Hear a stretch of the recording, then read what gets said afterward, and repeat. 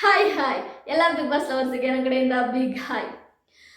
ನಮ್ಮ ಗಿಲ್ಲಿಯವರು ಮತ್ತು ಕಾವ್ಯ ಅವರು ಅವರಿಬ್ಬರು ಅವ್ರ ಮಧ್ಯೆ ಏನೂ ಇಲ್ಲ, ನೀವು ಸುಮ್ಮನೆ ಹೇಳ್ಬೇಡಿ ಆಯಿತಾ.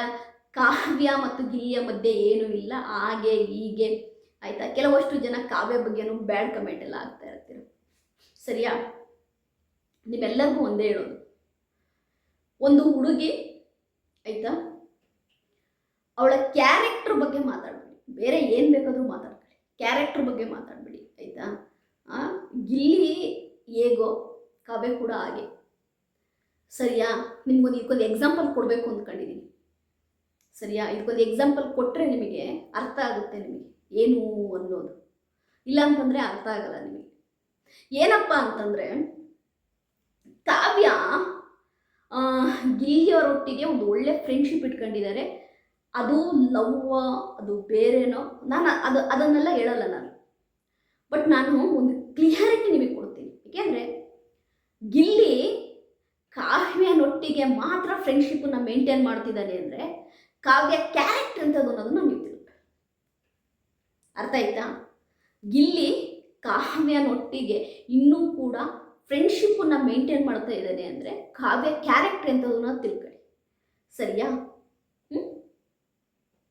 ಅವಳು ಮನಸ್ಸು ಮಾಡಿದರೆ ಬಿಗ್ ಬಾಸ್ ಕನ್ನಡ ಸೀಸನ್ 11ನಲ್ಲಿ ಅಷ್ಟು ಕ್ಲೋಸ್ ಆಗಿದ್ದಂತಹ ನಮ್ಮ ಭವ್ಯಗೌಡ ಮತ್ತು ತ್ರಿವಿಕ್ರಮ್ ಅವರು ಬಿಗ್ ಬಾಸ್ ಮನೆಯಿಂದ ಆಚೆ ಬಂದ ತಕ್ಷಣ ಇಬ್ಬರು ಸಪ್ರೇಟ್ ಆದರು. ಬೇಡ, ಇಲ್ಲ ನಾವು ಜಸ್ಟ್ ಅಲ್ಲಿ ಫ್ರೆಂಡ್ಶಿಪ್ ಆಗಿತ್ತು ಅಷ್ಟೇ. ಅವ್ರು ಪಾಡಿಗವರು ಅವಾಗಲೇ ಕಟ್ ಮಾಡಿ ಹೋಗ್ತಾ ಇದ್ರು.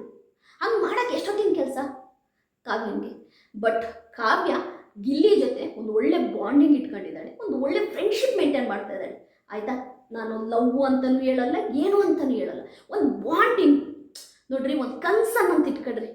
ಒಬ್ರ ಮೇಲೆ ಒಬ್ರಿಗೆ ಒಂದು ಮರ್ಯಾದೆ ಇದೆ, ಒಂದು ರೆಸ್ಪೆಕ್ಟ್ ಇದೆ ಅಂದರೆ ನಾಳೆ ಅದು ಲವ್ ಆಗ್ಬೋದು, ನಾಳೆ ಅದು ಇನ್ನೇನೋ ಆಗ್ಬೋದು.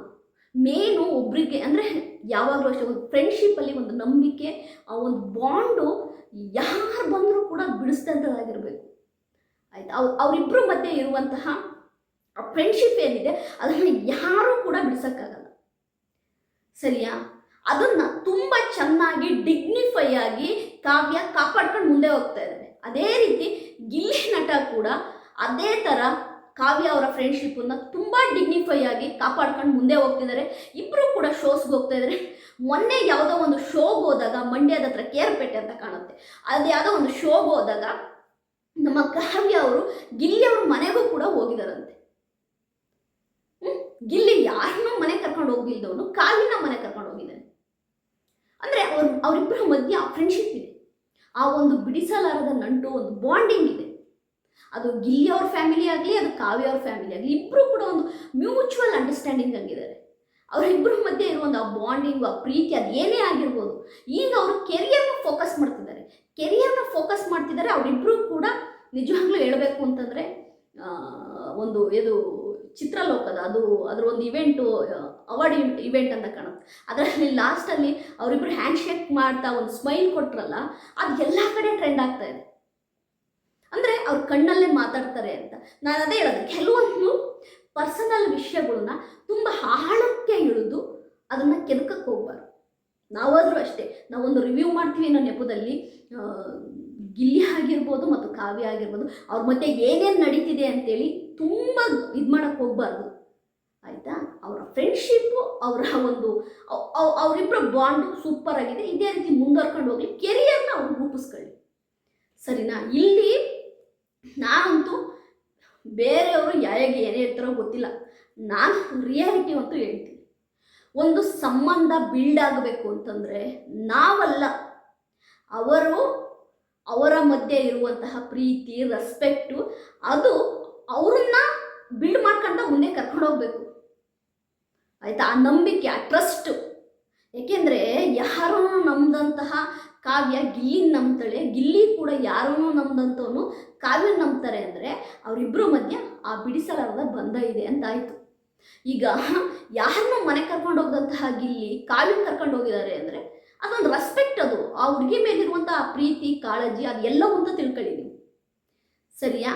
ಅದರ ಒಟ್ಟಿಗೆ ತುಂಬ ಜನ ನನ್ನನ್ನು ಕೇಳ್ತಿರೋದೇನು ಅಂದರೆ, ಮೇಡಮ್ ಗಿಲ್ಲಿ ಯಾಕೆ ಬಿಗ್ ಬಾಸಲ್ಲಿ ಇರುವಂತಹ ಕಂಟೆಸ್ಟೆಂಟ್ಗಳ ಬಗ್ಗೆ ಯಾರ ಬಗ್ಗೆನೂ ಮಾತಾಡ್ತಿಲ್ಲ, ಯಾರ ಹತ್ರನೂ ಮಾತಾಡ್ತಾ ಇಲ್ಲ. ಬಿಗ್ ಬಾಸ್ ಅಲ್ಲಿ ಇದ್ದಂತಹ ಯಾವ ಕಂಟೆಸ್ಟೆಂಟ್ ಜೊತೆನೂ ಗಿಲ್ಲಿ ಮಾತಾಡ್ತಾ ಇಲ್ಲ. ಯಾಕೆ ಬಿಗ್ ಬಾಸ್ ಒಳಗಡೆ ಇದ್ದಂತಹ ಫ್ರೆಂಡ್ಶಿಪ್ ಬಿಗ್ ಬಾಸಿಂದ ಹೊರಗಡೆ ಇರಲ್ಲ? ಯಾಕೆ? ಎಲ್ಲರೂ ಹಾಗೆ ಅಲ್ಲ, ಎಲ್ಲರೂ ಒಂದು 4 ದಿನ ಚೆನ್ನಾಗಿರ್ತಾರೆ, ಆಮೇಲೆ ಯಾರು ಚೆನ್ನಾಗಿರಲ್ವಲ್ಲ. ಯಾಕೆ ನೋಡಿ, ಅದು ಅವರವರಿಗೆ ಬಿಟ್ಟಿದ್ದು. ಗಿಲ್ಲಿ ಯಾರ ಜೊತೆ ಫ್ರೆಂಡ್ಶಿಪ್ ಮಾಡಬೇಕು ಅನ್ನೋದು ಅದು ಅವನಿಗೆ ಬಿಟ್ಟಿದ್ದು.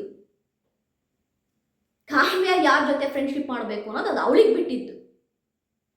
ಇನ್ನು ಉಳಿದವರೆಲ್ಲರೂ ಯಾರ್ಯಾರ ಜೊತೆ ಫ್ರೆಂಡ್ಶಿಪ್ ಮಾಡಬೇಕು ಅನ್ನೋದು ಅದು ಅವ್ರಿಗೆ ಬಿಟ್ಟಿದ್ದು. ಇಲ್ಲಿ ಫ್ರೆಂಡ್ಶಿಪ್ಪನ್ನು ನಾವು ಇಂಥರ ಜೊತೆನೇ ಮಾಡು ಅಂತ ನಾವು ಹೇಳೋಕ್ಕಾಗಲ್ಲ. ಅದು ಅವರವರ ಆಯಿತಾ ಮನಸ್ಥಿತಿಗೆ ಬಿಟ್ಟಿದ್ದು. ನೋಡ್ರಿ, ನನಗೆ ಒಬ್ಬರ ಜೊತೆ ಫ್ರೆಂಡ್ಶಿಪ್ ಕಂಫರ್ಟೇಬಲ್ ಆಗಿದೆ, ನನಗೆ ಒಂಥರ ಕಂಫರ್ಟ್ ಝೋನಾಗಿ ಫೀಲ್ ಆಗ್ತಾ ಇದ್ದೀನಿ, ಕಂಫರ್ಟಾಗಿ ಫೀಲ್ ಆಗ್ತಾ ಇದ್ದೀನಿ ಅಂದರೆ ನಾನು ಅವ್ರೊಟ್ಟಿಗೆ ಮಾತ್ರ ಫ್ರೆಂಡ್ಶಿಪ್ ಮಾಡೋದು ನಾನು. ಸರಿಯಾ? ಅದು ಅವ್ರಿಗೆ ಬಿಟ್ಟಿದ್ದೀಗ. ಕಾವ್ಯ ಮತ್ತು ಗಿಲ್ಲಿಗೆ ಆ ಒಂದು ಫ್ರೆಂಡ್ಶಿಪ್ ವರ್ಕೌಟ್ ಆಗಿದೆ ಅಂತಂದರೆ ಅವರ ಮನಸ್ಥಿತಿ ಮೆಂಟಾಲಿಟಿ ಒಂದೇ ಇರ್ಬೋದು. ಅರ್ಥ ಆಯ್ತಲ್ವಾ ನಿಮಗೆ? ಇಲ್ಲಿ ಬಿಗ್ ಬಾಸ್ ಒಳಗಡೆಯ ಒಂದು ಫ್ರೆಂಡ್ಶಿಪ್ಗಳು ಆಯಿತಾ, ಅದು ಕ್ಯಾಮರಾ ಕಣ್ಣಿಗೆ ಮಾತ್ರ ಗೊತ್ತು.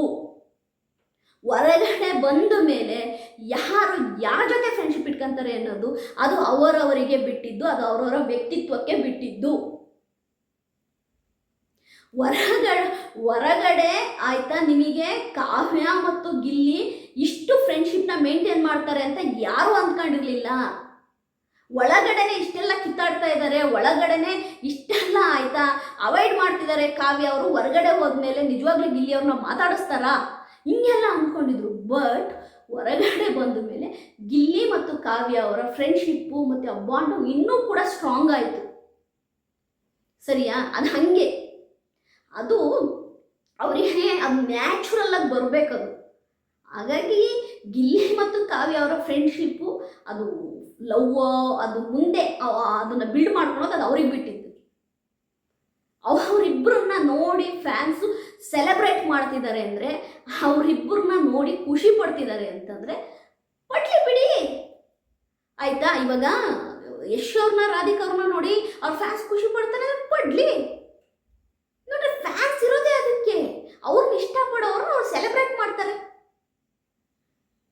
ಈಗ ಕೊಹ್ಲಿ ಅನುಷ್ಕಾ ಅವ್ರನ್ನ ನೋಡಿ ಆಯಿತಾ ಎಲ್ಲರೂ ಸೆಲೆಬ್ರೇಟ್ ಮಾಡ್ತಾರೆ, ಆ ಕಪಲ್ನ ಸೂಪರ್ ಅಂತಾರೆ ಅಂದರೆ ಅವ್ರಿಗಷ್ಟು ಫ್ಯಾನ್ಸ್ ಇದ್ದಾರೆ. ಅದೇ ರೀತಿ ಗಿಲ್ಲಿಗೂ ಕಾವ್ಯಗೂ ಅಷ್ಟು ಫ್ಯಾನ್ಸ್ ಇದ್ದಾರೆ, ಸೆಲೆಬ್ರೇಟ್ ಮಾಡ್ತಾರೆ ಅಲ್ವಾ. ಈ ವಿಡಿಯೋನ ನಿಮಗೆ ಒಂದು ಕ್ಲಿಯಾರಿಟಿ ಕೊಡಬೇಕು ಅನ್ನಿಸ್ತು, ಒಂದು ಕ್ಲಿಯಾರಿಟಿ ಕೊಟ್ಟೆ.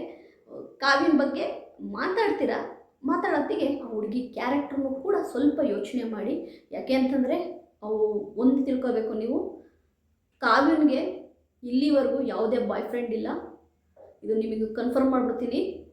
ಕಾವ್ಯನಿಗೆ ಯಾವುದೇ ಬಾಯ್ ಫ್ರೆಂಡ್ ಇಲ್ಲ ಆಯಿತಾ. ಕಾವ್ಯನೂ ಕೂಡ ಡ್ಯಾನ್ಸ್ ಶೋ ಮಾಡಿದ್ದಾಳೆ, ವಿನ್ ಆಗಿದ್ದಾಳೆ, ಬಿಗ್ ಬಾಸಿಗೆ ಹೋಗಿದ್ದಾಳೆ, ಸಿನಿಮಾ ಮಾಡಿದ್ದಾಳೆ, ಸೀರಿಯಲ್ ಮಾಡಿದ್ದಾಳೆ. ಕಾವ್ಯ ಅವರಿಗೆ ಇಲ್ಲಿವರೆಗೂ ಯಾವುದೇ ಬಾಯ್ ಫ್ರೆಂಡ್ ಇಲ್ಲ. ಅದೇ ರೀತಿ ಕಾವ್ಯ ಅವರು ತನ್ನ ಮನೆಯ ಜವಾಬ್ದಾರಿಯನ್ನು ಹೊತ್ತು ಆಯಿತಾ ಇಲ್ಲಿವರೆಗೂ ಕೂಡ ಅವ್ರ ಮನೆಯನ್ನು ನಿಭಾಯಿಸುವಲ್ಲಿ ಯಶಸ್ವಿಯಾಗಿರುವಂತಹ ಹೆಣ್ಣುಮಗಳು, ಕಷ್ಟಪಟ್ಟು ಈ ಹಂತಕ್ಕೆ ಬಂದಿರೋ ಹೆಣ್ಣುಮಗಳು. ಹಾಗಾಗಿ ಮಾತಾಡುವಾಗ ಸ್ವಲ್ಪ ನಾಲ್ಗೆ ಮೇಲೆ ಇಡ್ತಾ ಇರಲಿ. ಮಾತಾಡಿ, ಸಾವಿರ ಮಾತಾಡಿ, ಬಟ್ ಕ್ಯಾರೆಕ್ಟ್ರ್ ವಿಷಯಕ್ಕೆ ಮಾತಾಡಬೇಡಿ, ಸರಿನಾ? ಯಾಕೆ ಅಂತಂದರೆ ಹೆಣ್ಮಕ್ಳು ಕ್ಯಾರೆಕ್ಟ್ರು ಅನ್ನೋದೇನಿದೆ ಗೊತ್ತಾ, ಅವರು ಆ ಹೆಣ್ಮಕ್ಳು ಇನ್ನೊಂದು ಮನೆಗೆ ಹೋಗೋರು ಅವ್ರ ಬಗ್ಗೆ ನಾವು ಮಾತಾಡೋತ್ತಿಗೆ ಇದಿರಬೇಕು ಆಯಿತಾ. ತಪ್ಪಾಗಿ ಮಾತಾಡೋಕ್ಕೆ ಹೋಗ್ಬಾರ್ದು. ಈ ವಿಡಿಯೋ ನಿಮಗೆ ಇಷ್ಟ ಆಗಿದ್ದರೆ ಲೈಕ್ ಮಾಡಿ, ಸಬ್ಸ್ಕ್ರೈಬ್ ಮಾಡಿ. ಬಾಯ್.